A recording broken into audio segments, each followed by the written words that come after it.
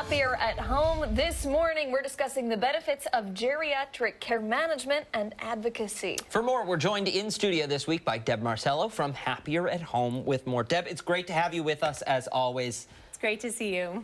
So talk to us. Care advocacy. For somebody who's sitting at home and says, okay, what does that mean? Define that for us. So oftentimes family members are living afar from where their senior loved one is, and they don't have anyone to really see what their situation is, see what their goals are, and really manage those things. So a care advocate or a care manager will really assess the situation, understand what your goals are, and help you to reach those goals, and then continue to stay involved to maintain the goals as well. Who would be a good example of somebody to work as that care manager?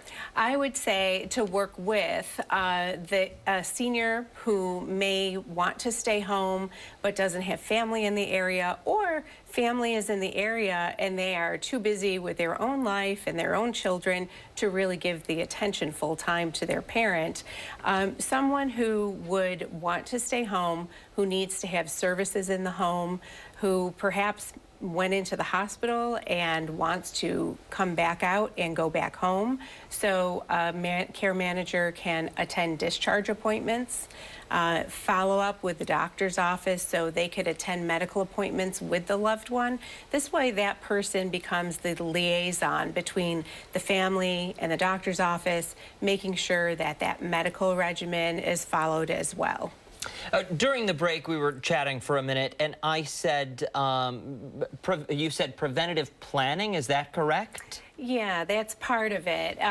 Preventing crises from occurring. So really making sure you understand what the situation is, if they're having problems walking, looking at cognitive ability, social situation, what their physical abilities are as well, and understanding where their deficits are, and then helping to create a care plan around those to be able to help them stay either safely in their home.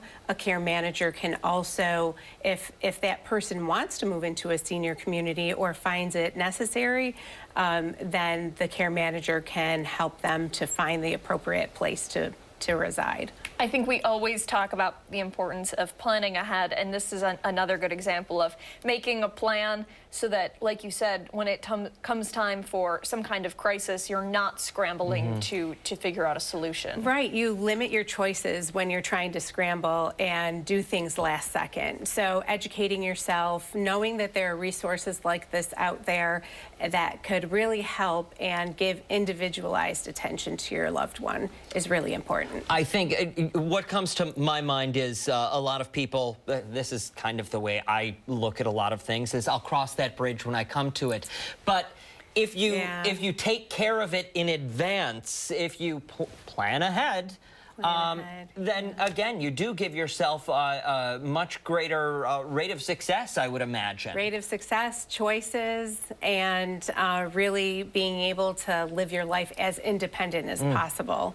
So, yep. Don't wait till last second. Get someone involved right away. You have a whole list of services here because we don't have enough time to go through every single one of them. But ultimately, what would you say is the most important thing that a care manager would have to focus on? Really to understand what that person's individual situation is, and what their goal is, and what that care plan is to reach it. So there's so many different things that they could help with. Deb Marcello, Happier at Home. Where can people go to learn more?